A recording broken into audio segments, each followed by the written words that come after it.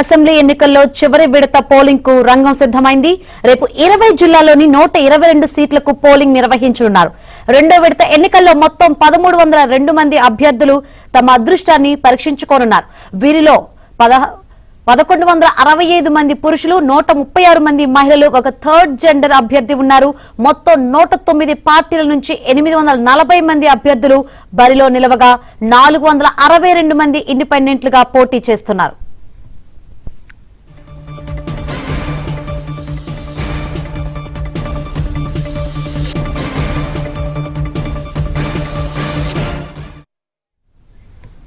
Right, Bihar assembly ఎన్నికల్లో చివరి విడత పోలింగ్ కు రంగం సిద్ధమైంది. మరిన్ని వివరాలు అందించేందుకు మా ఢిల్లీ ప్రతినిధి సతీష్ సిద్ధంగా ఉన్నారు. సతీష్, ఏర్పాట్లు ఏ విధంగా ఉన్నాయి, ఏంటి అప్డేట్స్?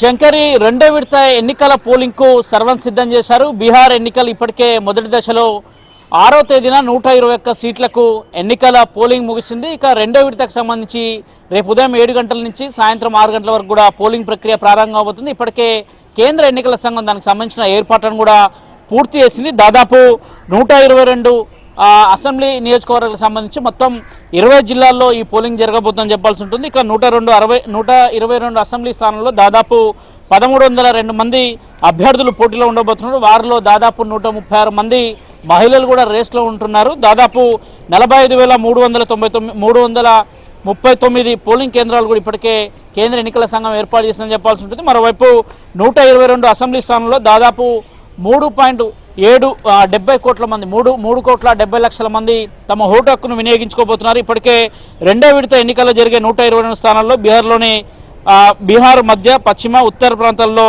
ప్రస్తుతానికి పోలింగ్ జరగబోతుంది. 1.95 కోట్ల మంది పురుషులు, 1.74 కోట్ల మంది మహిళలు కూడా తమ ఓటు హక్కును వినియోగించుకోబోతున్నారు. ఈ ఎన్నికల్లో హేమా సైతం కూడా వారి యొక్క భవిష్యత్తు కూడా తేలబోతుంది. గతంలో 121 నియోజకవర్గాల్లో పెద్ద ఎత్తున తేజస్వి యాదవ్ కావచ్చు, సామ్రాట్ చౌదరి కావచ్చు, అనేక మంది ఎన్నికల్లో 121 స్థానంలో మొదటి విడతలో పోటీ చేయడం. ఇక 122 స్థానాలకు వచ్చి కొంత హేమీలు కూడా ఉన్నారు. వారు కూడా వారి యొక్క భవిష్యత్తును కూడా తేల్చుకోబోతున్నారు. ప్రధానంగా రెండో విడతకు వచ్చేసి ముఖ్యంగా నితీష్ కుమార్ అత్యంత సన్నిహితులైన మంత్రులు విజేంద్ర ప్రసాద్ యాదవ్, లేసీ సింగ్, రేణుదేవి, షీలా మండల్, జమాఖాన్ మొదలైన వారు ఎన్నికల్లో ఉన్నారు. అయితే ఈసారి బీహార్ ఎన్నికల్లో ఎన్డీఏ మహాగఠబంధన్ మధ్య పెద్ద ఎత్తున కూడా పోటీ నెలకొంది.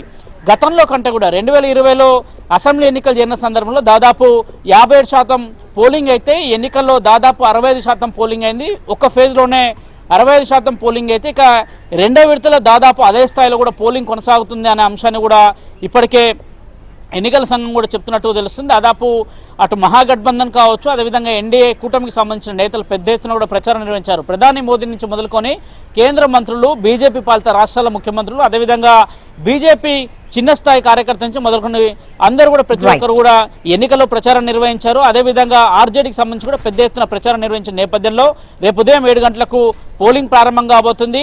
ఖచ్చితంగా ఎన్నికల్లో తామే గెలుస్తామని ఇరు పక్షాలు సైతం కూడా ప్రజలకు అనేక హామీలు ఇస్తూ ముందుకు వెళ్తున్న నేపథ్యం కాబట్టి ఖచ్చితంగా రేపు జరగబోయే పోలింగ్ ఎంత శాతం జరుగుతున్నది కూడా కొంత ఉత్కంఠత నెలకొంటే, మరోవైపు 14వ తేదీన ఫలితాలు